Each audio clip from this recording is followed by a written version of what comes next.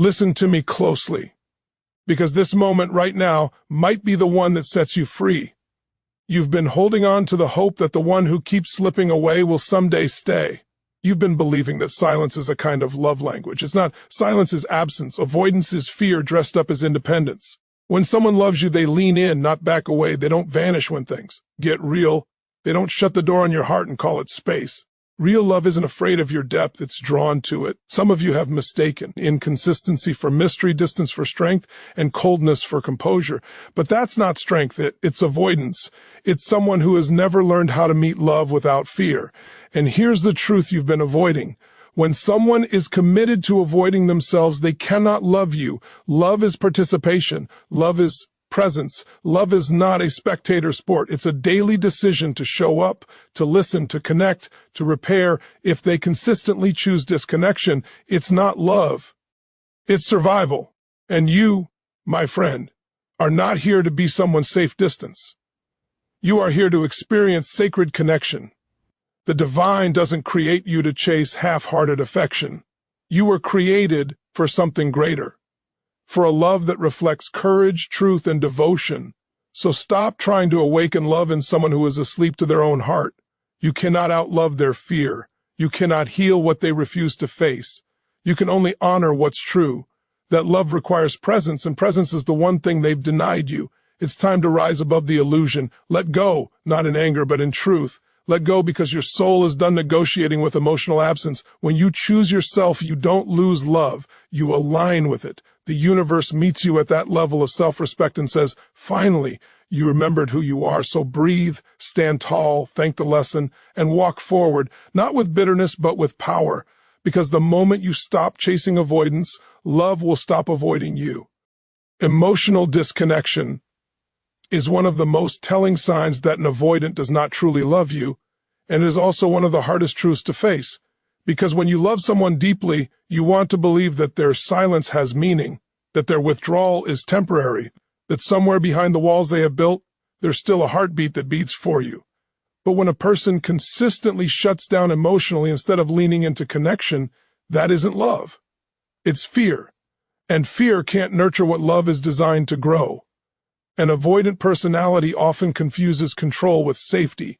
They've learned somewhere along the way that intimacy equals danger, that vulnerability opens the door to pain, and that the best way to avoid heartbreak is to never let anyone close enough to cause it.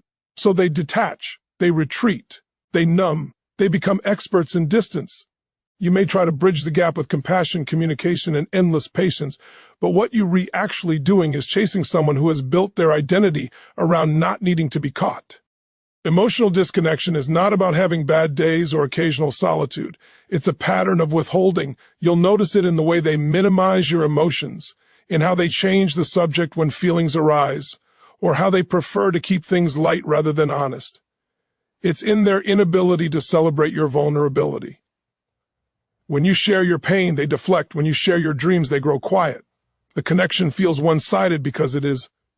You are doing the emotional heavy lifting while they remain on the sidelines, safe in their self-protective shell. And here's where the confusion lies.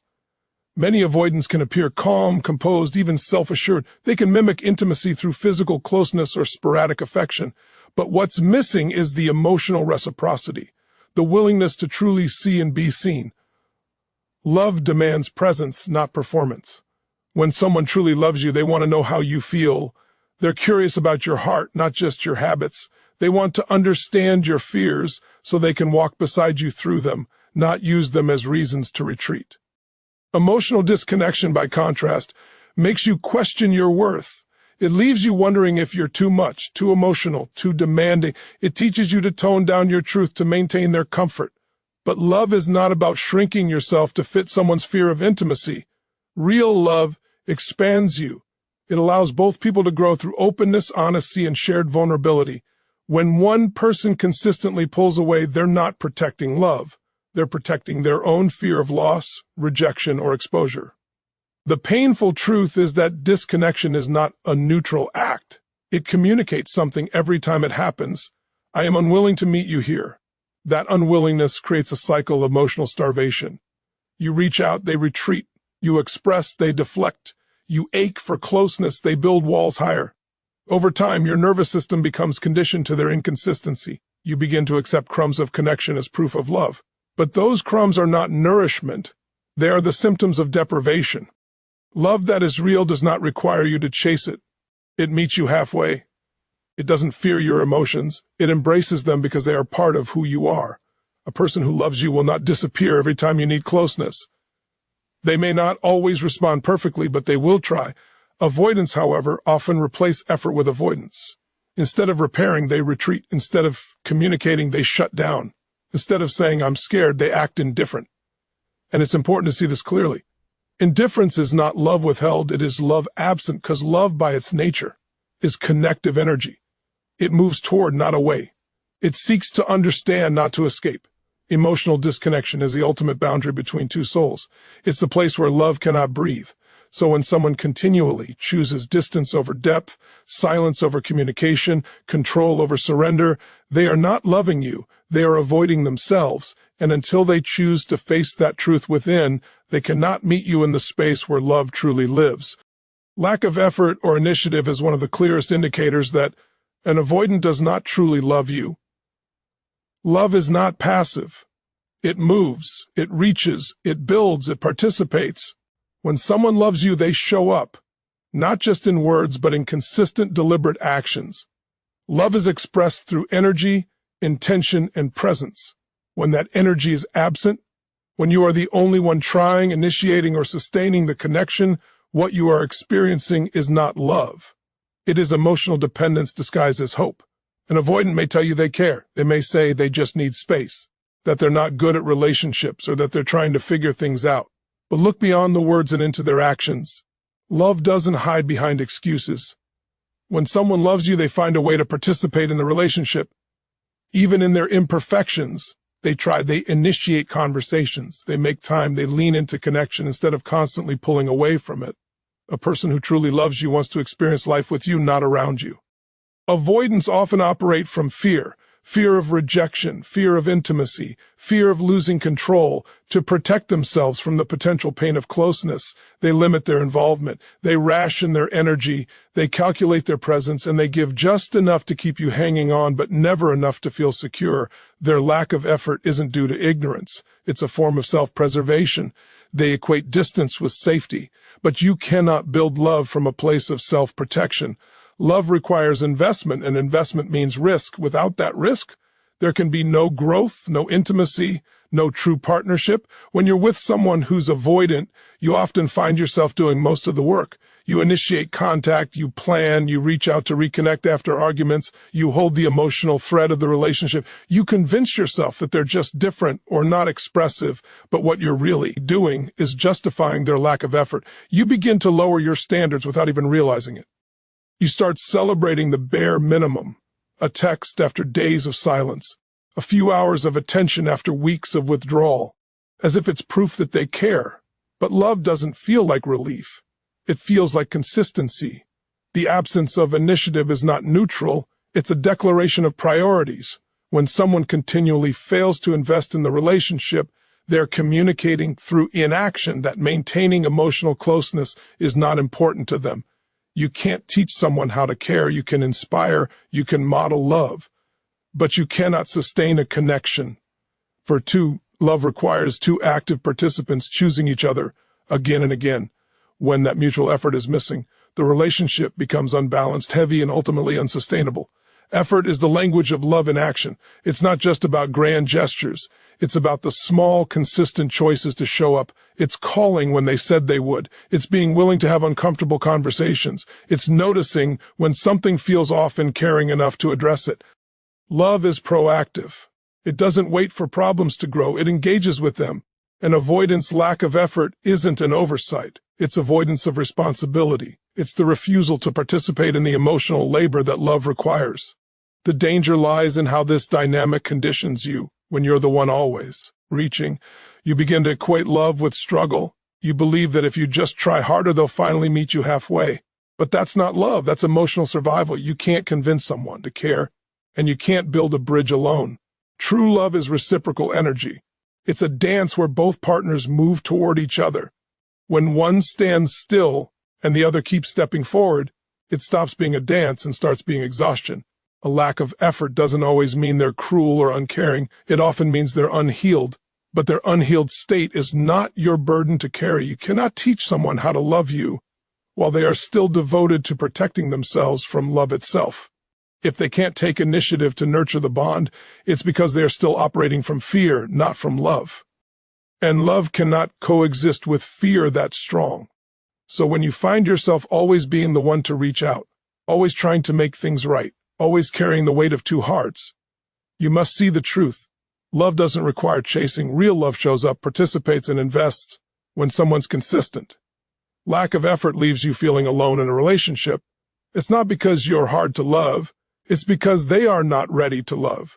Their avoidance is not a reflection of your worth, but of their fear. And no amount of your effort can replace the initiative they refuse to take. Inability to communicate honestly is one of the most painful and revealing signs that an avoidant does not truly love you. Love thrives in truth.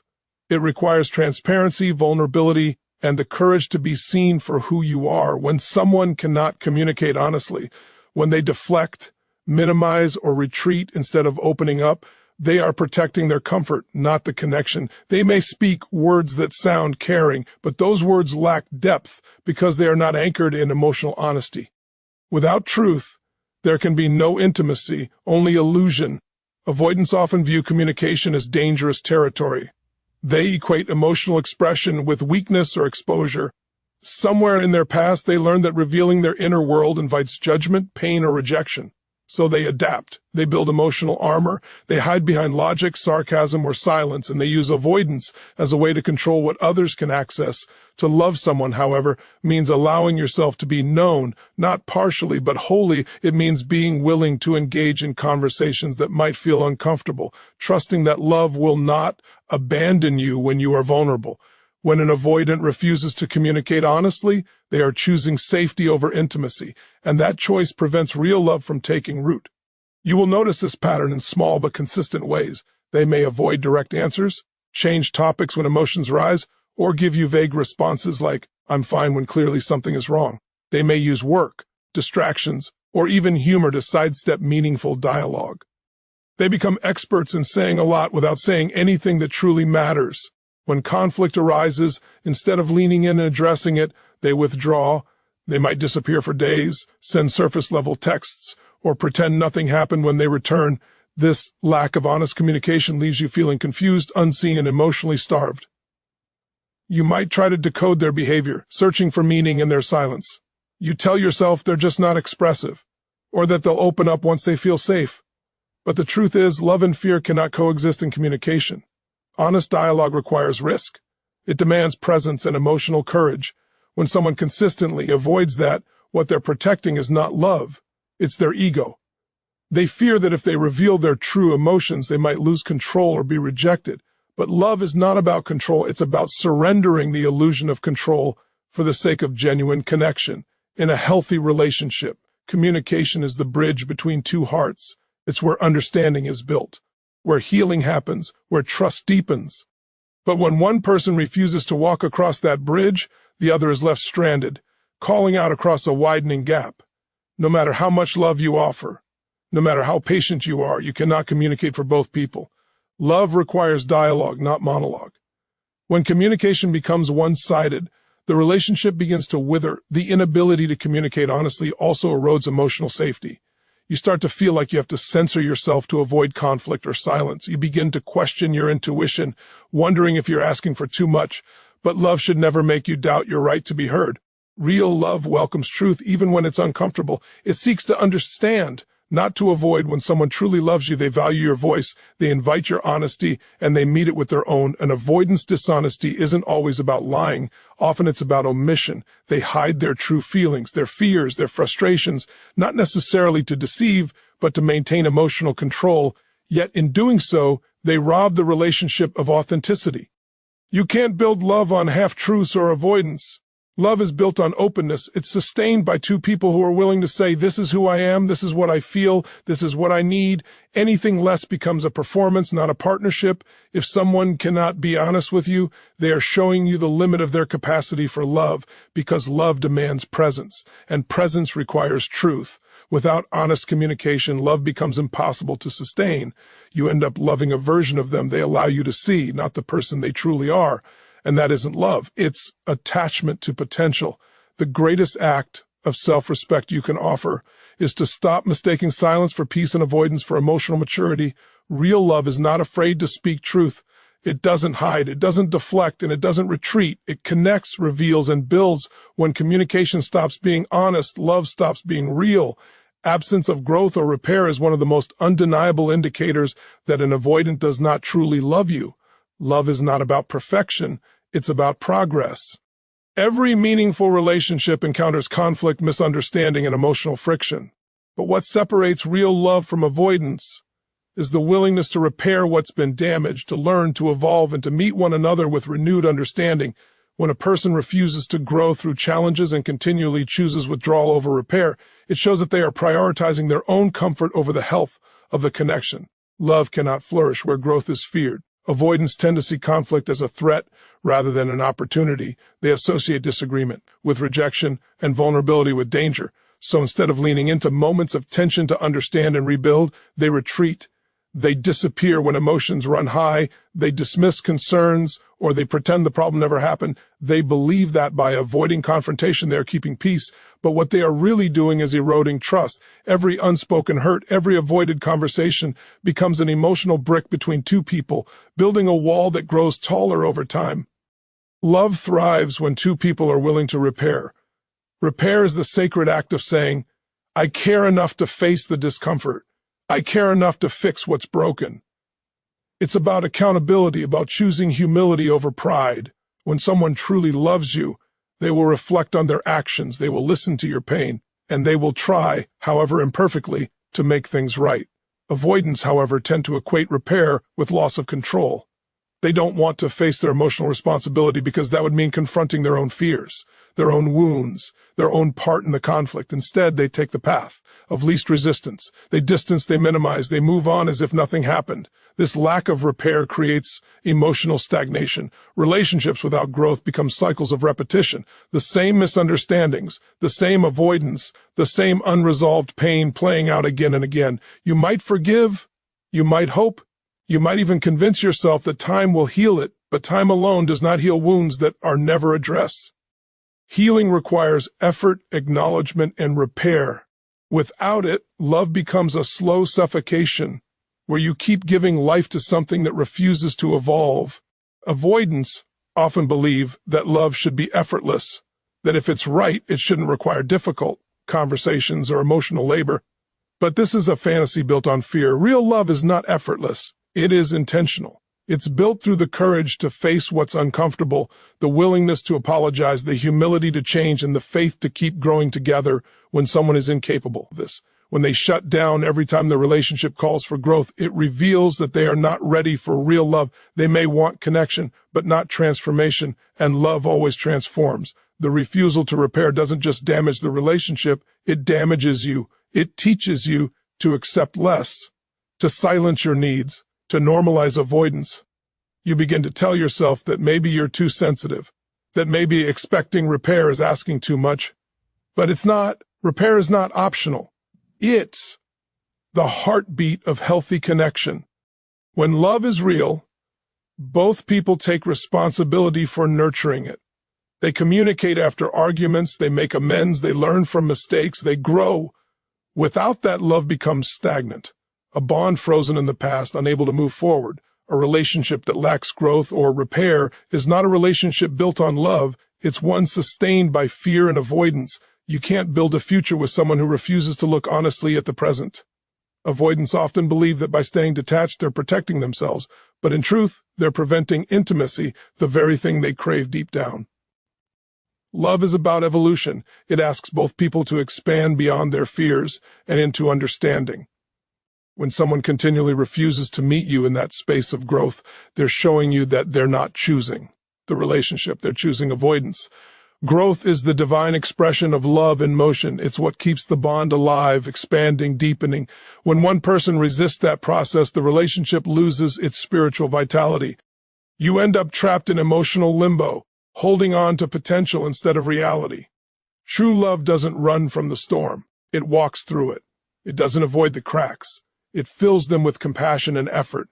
If there is no growth, no repair, no willingness to evolve, then what remains is not love, but fear wearing love's disguise. And love, real love, cannot live where growth is denied.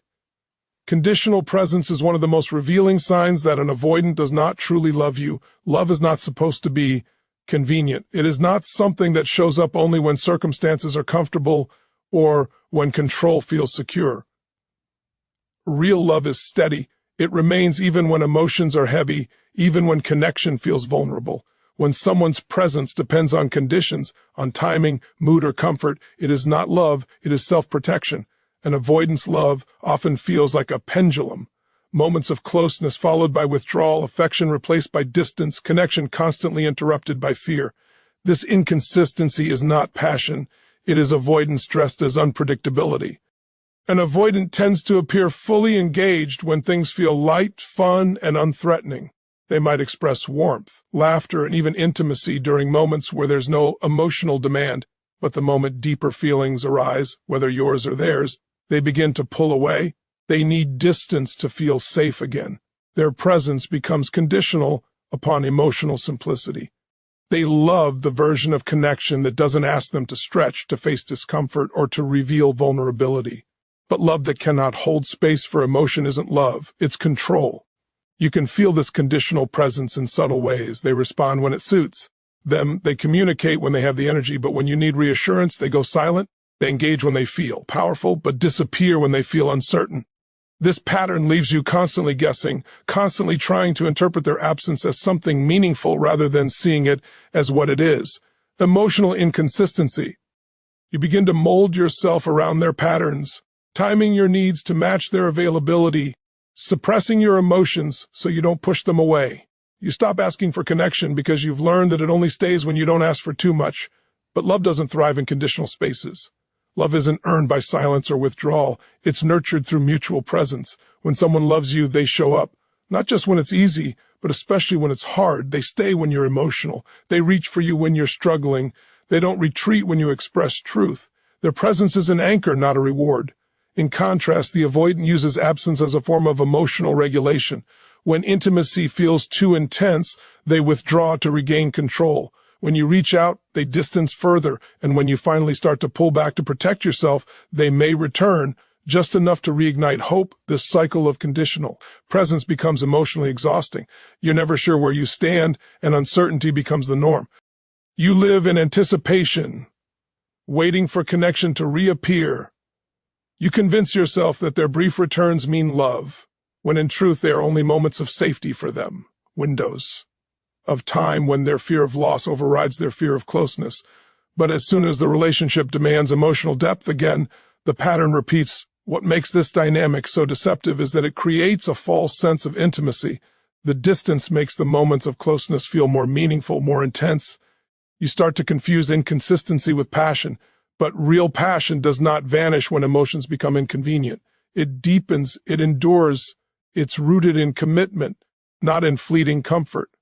Conditional presence keeps you trapped in hope. Hope that next time they'll stay longer, respond faster, care deeper. But love is not a guessing game. Love does not ask you to earn consistency, it offers it freely. The truth is conditional. Presence is a reflection of fear, not love. The avoidant is not showing up for you. They are showing up for their own comfort. Their presence is dependent on how safe they feel within themselves, not how connected they feel to you. And because they are disconnected from their own emotions, they cannot sustain connection with yours. You cannot build something lasting with someone who shows up only when it's easy. To love means to be present through all seasons, through joy and through challenge, through ease and through tension. It means choosing connection even when fear whispers to run. If someone's presence disappears every time vulnerability enters the room, it's not love, it's avoidance managing anxiety. You deserve more than partial presence. You deserve someone whose love isn't conditional on calm waters, but someone who stays steady through the waves. because real love doesn't measure comfort. It measures commitment. And the person who truly loves you won't only be there when it's easy. They'll be there because it's you. Disinterest in your inner world is one of the most painful and unmistakable signs that an avoidant does not truly love you. Love is more than shared time, physical attraction, or casual companionship. It is a meeting of souls. It is curiosity about who the other person truly is beneath the surface. When someone loves you, they want to know what moves you, what you dream of, what keeps you awake at night, and what lights your spirit on fire. They don't just hear your words, they listen to your heart. When that interest is missing, when your inner world goes unnoticed or unvalued, you are not being loved, you are being tolerated. Avoidants often avoid emotional depth because it requires presence and vulnerability. They are comfortable in spaces where conversation stays practical, intellectual, or impersonal. The moment it shifts toward emotional intimacy, your fears, your passions, your pain, they disconnect. They may listen politely, but they rarely engage. They don't ask follow-up questions. They don't remember details, and they don't seek to understand you beyond what is necessary. This disinterest is not subtle. It's an emotional absence that slowly starves your spirit. You start to feel unseen, as if your inner life exists in a different world than theirs. When love is real, the other person doesn't just want to share experiences with you. They want to share meaning. They want to understand how you see the world, how you process life, and what matters most to you. This kind of curiosity is the essence of intimacy. It's how trust is built and how emotional safety is sustained. But when someone avoids that level of connection, they are telling you consciously or not that they do not want to know you deeply, because knowing you deeply would require them to show up deeply, and that is the very thing an avoidant fears most. This lack of interest is often disguised as independence. They might say they respect your space or don't want to pry. But love is not about invasion. It's about engagement. The person who loves you will want to explore your world with reverence, not control. They will want to know your thoughts, not to manage you, but to understand you. Avoidants, however, keep relationships shallow to maintain emotional safety. They convince themselves that surface-level harmony is better than genuine depth, because depth requires vulnerability, and vulnerability feels dangerous. Over time, this dynamic leaves you emotionally depleted. You begin to silence parts of yourself because you realize they are not interested in hearing them. You learn to keep your dreams private and your struggles hidden, because when you do share, they seem distracted, indifferent, or uncomfortable.